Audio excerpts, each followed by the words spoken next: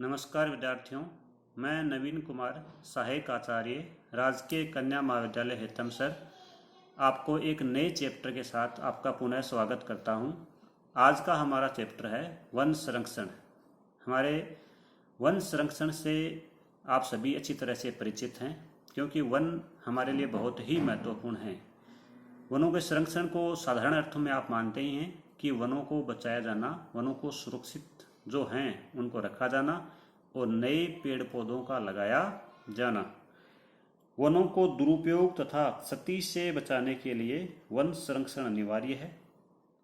वस्तुतः वनों को फसल के रूप में मानना मानव धर्म होना चाहिए, क्योंकि आप मानते हैं कि जिस प्रकार से आप फसलों को अपने उदर पूर्ति के लिए बोते हैं, फसलों को पालते हैं, ठीक वैसे ही वनों को या पेड़ों को मानना चाहिए, क्योंकि पेड़ हमारे लिए एक तरह से खाद्यान्न से भी महत्वपूर्ण है। क्योंकि खाद्यान्न तो केवल हमारे पेट की हमारी उदर की पूर्ति करता है, लेकिन वन जो हमें ऑक्सीजन के अलावा और भी कई लाभ हमें वनों से मिलते हैं। वनों से लकड़ी काटने के साथ साथ वहाँ कटे हुए वृक्षों के स्थान पर वन रोपण करते जाना आवश्यक है। यानी कि मनुष्य की आवश्यकता के लिए लकड़ी जब हम निकालते हैं तो लकड़ियाँ निकालते रहो, लेकिन लकड़ियाँ निकालने का तरीका यह है कि हम उनकी जगह नए पेड़ लगा दें। एक पेड़ काटते हैं तो कम से कम 5 पेड़ उनकी जगह नए लगाएं। इस प्रकार वनों का फसल चक्र के रूप में उपयोग करना और वन संरक्षण करना आवश्यक है। वन संरक्षण से वन संपत्ति अक्षुण्ण बनी रहती है तथा उससे सतत अधिकाधिक लाभ प्राप्त होते रहते हैं। जैसा कि आप जानते हैं कि वन संरक्षण करने से का उपाय या तात्पर्य यही है कि हम जितने पेड़ काटें उतने ही या उससे कई गुना अधिक पेड़ हम लगाएं, ताकि वनों का नुकसान न हो। वन संरक्षण के लिए एक निश्चित नीति एवं सुव्यवस्था की आवश्यकता होती है। वर्तमान विश्व में सभी सरकारें, या जैसा कि आप जानते हैं कि भारत सरकार ने समय समय पर सन 1952 से लेकर आज तक कई बार वन संरक्षण के लिए अनेक नीतियां घोषित की हैं। वैसे ही पूरे विश्व में वन संरक्षण के लिए एक सुनिश्चित नीति का होना अति आवश्यक है। इस नीति एवं सुव्यवस्था में सबसे महत्वपूर्ण है आग की रोकथाम को सर्वाधिक महत्व दिया जाना चाहिए। क्योंकि आग से आप समझ गए होंगे कि जंगल में आग लगना, अभी हाल ही में आपने सुना होगा इन गर्मियों में ऑस्ट्रेलिया में दिसंबर और जनवरी में ऑस्ट्रेलिया के जंगलों में एक बड़े हिस्से में आग लगी थी और बड़ा हिस्सा जंगल का या वनों का आग से जलकर राख हो गया था। लगभग 1 लाख वर्ग किलोमीटर से भी अधिक क्षेत्रफल ऑस्ट्रेलिया का आग लगने से खाक हो गया, जिसमें करोड़ों पशु और पक्षी जानवर जो हैं वो जलकर मर गए। केवल ऑस्ट्रेलिया ही क्यों, पूरे विश्व में कभी ना कभी साल में एक आध बार आग लगने की घटनाएं सुनने को मिलती है। ऐसा क्यों होता है? आग लगने के पीछे दोनों ही कारण हैं, प्राकृतिक भी है और मानवीय कारण भी हैं। प्राकृतिक में आप मान सकते हैं कि ज्वालामुखी उद्गार से आग लग सकती है। प्राकृतिक में दूसरा आप मान सकते हैं कि जब कभी भीषण सूखा पड़ता है गर्मियों में, तो उनसे भी जंगलों में आग लग सकती है। तो ऑस्ट्रेलिया में ही आग नहीं बल्कि पूरे विश्व में साल में 1-2 बार जब गर्मियाँ पड़ती हैं उस क्षेत्र विशेष में, तो आग लगने की घटनाएं होती रहती हैं। कोई भी वन ऐसा नहीं है जिसमें आग लगने की संभावना न हो। अतः आग से बचाने तथा आग लगने पर उसको शीघ्र अतिशीघ्र बुझाने के प्रबंध के बिना वनों के विकास के अन्य सभी प्रयत्न व्यर्थ हो जाते हैं। यानी कि आप ये मानिए, आपने एक बड़े क्षेत्रफल में वनों को विकसित किया, उस क्षेत्रफल को आग एक दिन में खत्म कर सकती है। तो सबसे महत्वपूर्ण वनों को संरक्षित करने के लिए जरूरी जो है वो है कि वनों को आग से बचाया जाना चाहिए। कैसे बचाएंगे देखिएगा। इसके लिए जन सामान्य में इसके प्रति जागरूकता लाना आवश्यक है। आग मनुष्य की गलती से लगती है, अतः थोड़ी सी सावधानी बरतने से इसका निवारण हो सकता है। वनों में कोई ऐसा कार्य नहीं करना चाहिए जिससे आग लगने की जरा भी संभावना हो। यानी कि आग को वनों से दूर ही रखना चाहिए। वनों को आग से बचाने का सर्वश्रेष्ठ उपाय पूर्व निवारण अथवा सावधानी है। कैसे हम सावधानी कर सकते हैं देखिए। आग लगने पर उसे शीघ्र अतिशीघ्र देख पाने की भी व्यवस्था होनी चाहिए। मान लीजिए आग लग भी जाती है तो उसको तुरंत अगर देख लिया जाए तो एक क्षेत्र विशेष में उसको हम सीमित कर सकते हैं। वनों की बीच बीच स्थान पर ऊंची जगह पर वाचिंग टावर यानी कि पर्यवेक्षण ग्रह बने रहने चाहिए, जहां आग बुझाने के साधन तथा कुछ चौकीदारों की व्यवस्था रहे। कई पर्यवेक्षण ग्रहों के बीच संचार व्यवस्था होनी चाहिए। वनों में आग लगे हुए स्थल को तुरंत देखने के लिए वायुयान द्वारा वन की देखरेख तथा द्रुत संचार साधनों का उपयोग किया जा सकता है। यानी कि वायुयान से भी हम जहाँ पर बड़े बड़े जंगल हैं, जैसे कि अभी हमने बात की ऑस्ट्रेलिया की, या हम बात करें संयुक्त राज्य अमेरिका, कनाडा, ब्राज़ील, या हम बात करें अफ्रीका महाद्वीप, यहाँ पर बड़े बड़े क्षेत्रफल में जंगल हैं, तो वहाँ पर वायुयान के द्वारा भी हम उन जंगलों में आग लगी है नहीं, विशेष रूप से कौन से मौसम में आग लगती है, जब वन सूखे हों तो उनको अधिक देख रेख की आवश्यकता होती है। विकसित देशों में वनों की ज्वलनशीलता को वैज्ञानिक ढंग से मापा जाता है, उसकी सूचना बराबर प्रसारित की जाती है। साथ ही ऐसे स्थलों पर जहाँ से वन के विभिन्न भागों में शीघ्रता से पहुंचा जा सके, आग बुझाने के सभी साधनों की समुचित व्यवस्था रहती है। यानी कि वनों में उन्होंने अपने लिए सड़कें बना रखी हैं, रास्ते बना रखे हैं, अगर आग लग भी जाती है तो उनको बुझाने की भी समुचित व्यवस्था विकसित देशों की हम बात कर रहे हैं होती है। लेकिन विकासशील और अल्प विकसित देशों में ऐसी कोई व्यवस्था नहीं होती है। वन की ज्वलनशीलता वन की दशा, मौसम तथा धरातल की दशाओं पर निर्भर करती है।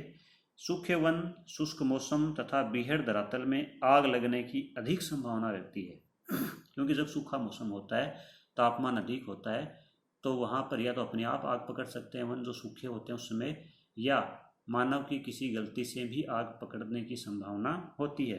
अतः ऐसी स्थिति में अधिक सतर्क रहने की आवश्यकता होती है। आग की रोकथाम के लिए वन में अग्नि रक्षा पथ, फायर लाइन्स जिसको बोलते हैं, इससे तात्पर्य है कि बीच बीच में एक क्षेत्र विशेष में लंबी पट्टियों के रूप में खाली क्षेत्र होना चाहिए जहाँ पर कोई भी वनस्पति न हो, बिल्कुल मिट्टी सूखी, क्योंकि उससे क्या होता है कि वन विभिन्न ब्लॉकों में बंट जाएगा। विभिन्न ब्लॉकों में बंटने से क्या होगा कि किसी एक ब्लॉक में अगर आग लग भी जाती है तो एक ही ब्लॉक नष्ट होगा, पूरा जंगल नष्ट नहीं होगा। तथा अग्नि अवरोध पथ यानी फायर ब्रेक्स, अगर आग लगती भी है तो उसको ब्रेक यानी कि उस आग को रोकने की व्यवस्था होनी चाहिए। यह पथ क्रमशः वन की परिधि पर तथा वन के बीच बीच में खुले गलियारे होते हैं जो आग के प्रसार को रोकने में सहायक होते हैं। वन संरक्षण हेतु दूसरा महत्वपूर्ण कार्य है वैज्ञानिक विधि में लकड़ी काटना या निकालना। वैज्ञानिक विधि का अर्थ है कि पूरा वन नहीं काट सकते, बल्कि मानव की आवश्यकता की पूर्ति भी होती रहे और वनों को नुकसान भी न हो। तो ये तरीका कैसा होता है, वन से केवल ऐसे पेड़ों को निकालना चाहिए जो परिपक्व हैं तथा जिनका अधिक विकास संभव नहीं है। ऐसे पेड़ों को वन से निकाल लेना अनिवार्य होता है, क्योंकि इनके काट लिए जाने पर ही नए पेड़ों को जगह मिलेगी। विकासशील पेड़ जिनको हम बोलते हैं उनके लिए खाद बचेगी, पानी बचेगा। अगर हम नए पेड़ लगाना चाहते हैं तो उनकी जगह बड़े पेड़ों को निकालनी होगी। ऐसे पेड़ों को काटने, गिराने तथा निकालने में इस बात का ध्यान रखना चाहिए कि जो छोटे पेड़ हैं, नए पेड़ हैं, वो क्षतिग्रस्त न हों। चयनात्मक कटाई जिसको हम सेलेक्टिव कटिंग बोलते हैं तथा संदृप्त यानी कि सस्टेन्ड उत्पादन की व्यवस्था वन संरक्षण का चरम उद्देश्य है। चयनात्मक कटाई के अंतर्गत केवल परिपक्व पेड़ों को ही नहीं, प्रत्युतः अन्य कई प्रकार के पेड़ों को चुनकर काटना होता है। कभी कभी वन की सघनता कम करने हेतु नए पेड़ पौधों को भी काटने की आवश्यकता पड़ती है ताकि अन्य पेड़ पूर्ण रूपेण विकसित हो सकें। उसी प्रकार ऐसे पेड़ों को भी काटना पड़ता है जिनमें रोग लग गया हो, क्योंकि आपको पता है कि रोग कई संक्रामक होते हैं, यानी कि केवल मनुष्यों में ही एक दूसरे से नहीं फैलते हैं, पेड़ों में भी एक पेड़ का रोग दूसरे पेड़ में, और इस प्रकार से पूरे वन क्षेत्र को वो रोग जो है वो नष्ट कर सकता है। जैसे कि दीमक, आप जानते हैं कि दीमक एक क्षेत्र से दूसरे क्षेत्र में एक पेड़ से अन्य पेड़ों में फैलते हुए सारे वन क्षेत्र को नष्ट कर सकती है। ऐसे पेड़ों से अन्य पेड़ों में रोग लगने की संभावना रहती है। उसी प्रकार हानिकारक पेड़ पौधों विकृत पेड़ों तथा वट वृक्ष जैसे अत्यधिक विस्तृत शीर्ष वाले पेड़ों को काटना भी लाभदायक होता है, क्योंकि ऐसे पेड़ जितना स्थान घेरते हैं उतने लाभप्रद नहीं होते हैं। इस प्रकार की चयनात्मक कटाई को स्वास्थ्यकर कटाई यानी कि सस्टेनेशन कटिंग कहते हैं। अब आप समझ गए होंगे कि जो खराब पेड़ हैं, रोगी पेड़ हैं, उनको निकाल देना चाहिए। चयनात्मक कटाई प्रक्रिया में चुने हुए बड़े पेड़ों को काट लिया जाता है जिससे बचे हुए पेड़ शीघ्रता से बढ़ सकें। मिश्रित वनों में इस प्रकार की कटाई अधिक उपयोगी होती है। इस प्रकार की चयनात्मक कटाई से वन उत्तम किस्म के होते जाते हैं तथा साथ ही लकड़ी काटने से सतत अभीष्ट लाभ प्राप्त होता रहता है। परंतु कभी कभी संपूर्ण वन प्रांत को काट डालना अधिक लाभदायक होता है। आप कहेंगे पूरे क्षेत्र को काटना लाभदायक कैसे होता है? देखिए कैसे होता है।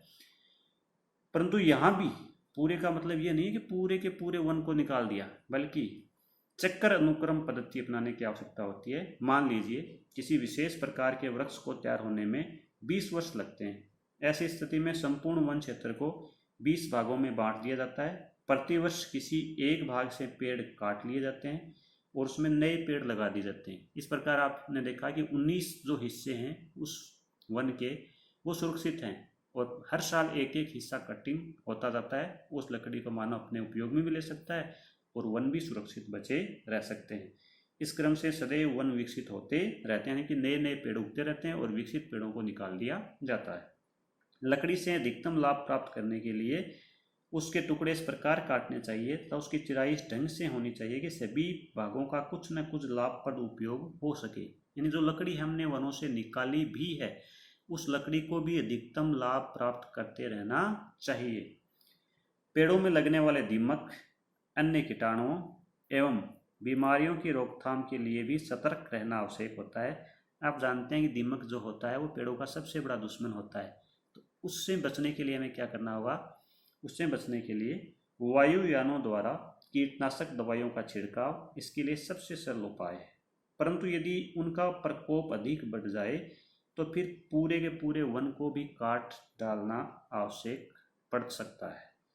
इसी प्रकार की समस्याओं का निराकरण वन विशेषज्ञों की सहायता से वैज्ञानिक विधियों के अनुसरण से ही किया जा सकता है। यानी कि वैज्ञानिकों या विशेषज्ञों की देखरेख में ही अगर वनों की कटिंग होगी तो ही हम उससे श्रेष्ठ परिणाम प्राप्त कर पाएंगे। इसके लिए अनुसंधान की समुचित व्यवस्था करना अनिवार्य होता है। जैसा कि आप जानते हैं किसी भी क्षेत्र में अगर अनुसंधान नहीं होगा तो वो क्षेत्र पिछड़ सकता है। तो वन क्षेत्र में भी अनुसंधान किए जाने की अति आवश्यकता है ताकि हम इसके अधिक से अधिक मानव के लिए उपयोग भी कर सकें और वनों को भी बचाकर वनों को भी संरक्षित रख सकें। क्योंकि वन अगर नहीं होंगे आने वाली पीढ़ियों के लिए जीवन अधिक दुष्कर होगा, क्योंकि ऑक्सीजन और वनों से मिलने वाले अन्य लाभ से वो सभी वंचित रह जाएंगे। इसलिए प्यारे विद्यार्थियों, आप सभी को मैं चाहूँगा कि आप सभी को ये शपथ अवश्य लेनी चाहिए कि साल में कम से कम एक पेड़ ज़रूर जीवित बचना चाहिए। लगाना नहीं, लगा के छोड़ दिया वो लगाना नहीं होता है। एक पेड़ जीवित रह सके ताकि पूरे जीवन काल में आप कम से कम 50 पेड़ लगा सकें और इस धरती पर अपना भी कुछ योगदान दे सकें। तो आशा है आपको ये टॉपिक अवश्य समझ में आया होगा। ये हमारे बीए पार्ट सेकेंड वर्ष का हिस्सा है, लेकिन अन्य विद्यार्थी जो अन्य विश्वविद्यालयों से भी संबंधित हैं उनके भी ये किसी न किसी वर्ष में, या चाहे बीए की बात करें चाहे एमए में, ज़रूरी होगा। अतः आज के लिए बस इतना ही। धन्यवाद।